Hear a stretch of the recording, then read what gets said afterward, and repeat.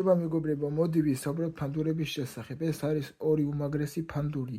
ეს პირველი დამზადდა გიორგი ნიპარიშვილის მიერ.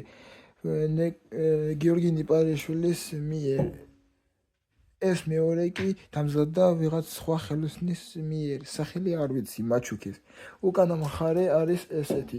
ეს არის თუთის ფანდური, ეს ნეკერჩხლის ფანდური.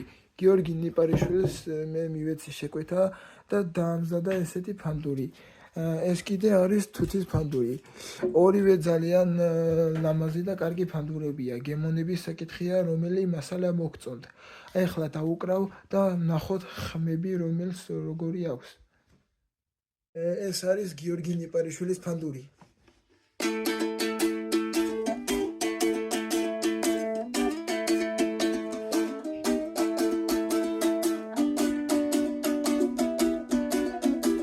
ეს არის გიორგი ნიპარიშვილის ფანდური.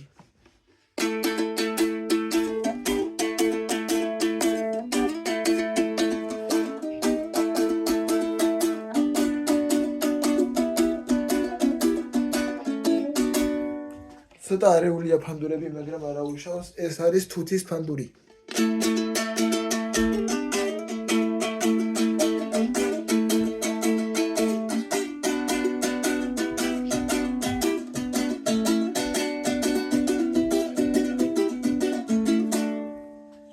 აი ესეთია ფანდურები.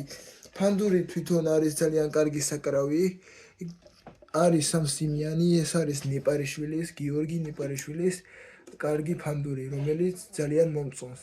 და ეს მეორე არის დამზადებული ვიღაც ხელოსნისაგან თუთისგან.